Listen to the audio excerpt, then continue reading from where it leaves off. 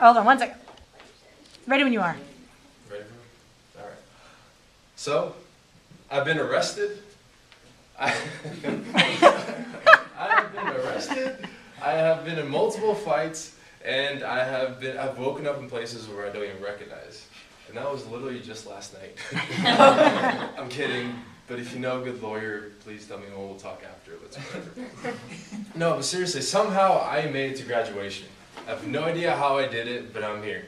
And I'm here supposed to tell you all these incredible experiences that I've had in college. But the thing is, I can't because most of them are legal.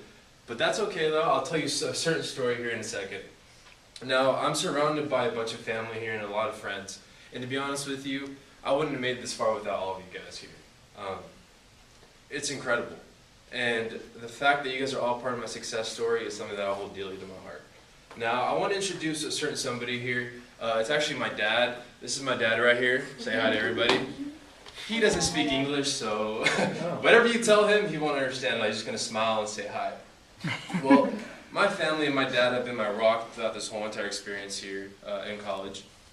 And I can recall one time that I called you, and I don't even know how you helped me in that situation. You remember this call? You might not. Well, remember, I think it was like a Sunday night or some random night like that, and my car had stopped in the middle of the highway.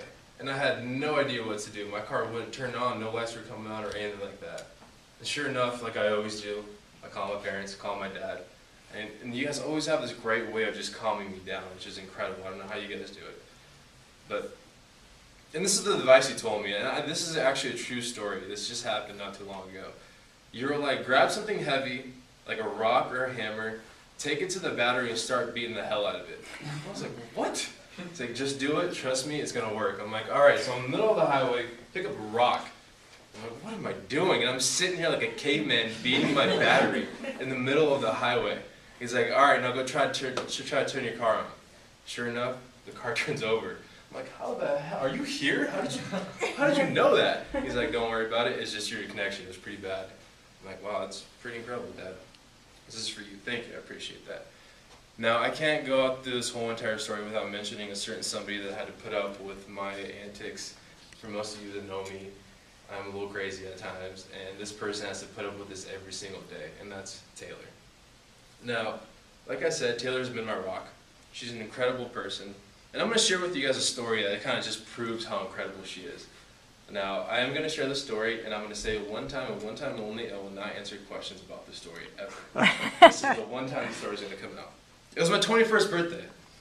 Yes, you know exactly where this is going. Like any good college kid on their 21st birthday in Austin, where do you spend it other than 6th Street? Of course, we went to 6th Street. Now, this night, I remember just little snippets of this night. The first part that I remember is me at the first bar we went to. I remember having a couple free drinks there because it is my birthday and I like to do that for you. And then after that, it was a little bit of a blur. And then another part that I remember is me handcuffed on top of a cop car. I'm not really sure what happened, but I was handcuffed. So that was one. And the last part that I remember is me getting dragged into my car, telling me I have to go, but I kept saying, no, I want to fight them. Let's go fight them. True story. I had to get dragged in the car. I get home, pass out. Here's a key part about this story.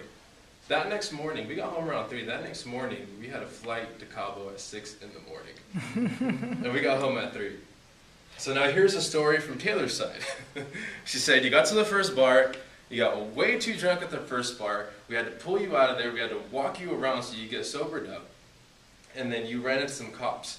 And you swore to them that you could beat them up and you'll fight them no matter what. Sure enough, they detained you, put you on top of a car while I was sitting there calming the whole entire situation, making sure, letting them know that it's just your 21st, you got a little crazy and rowdy. And she got me out of the situation, which is amazing. And then she had to drag me to the car to get me home because I was getting a little too rowdy at that night. Now, I got home and I crashed, that's what she told me. She stayed up all night doing laundry and doing all my packing for me. She never slept that night. She did not sleep a single second, got everything perfect, got everything that I needed for the trip. And that's why I thank you. You have been an incredible woman, and you have been my rock through this whole entire experience. Now, one of my favorite rappers, his name is J. Cole. If you've never heard of him, you've got to listen to him. He had a quote that said, love is wanting more for someone than they want for themselves. In that case, if that is what love is, I'm surrounded by love today. Thank you for being part of my success story, you guys. I appreciate it.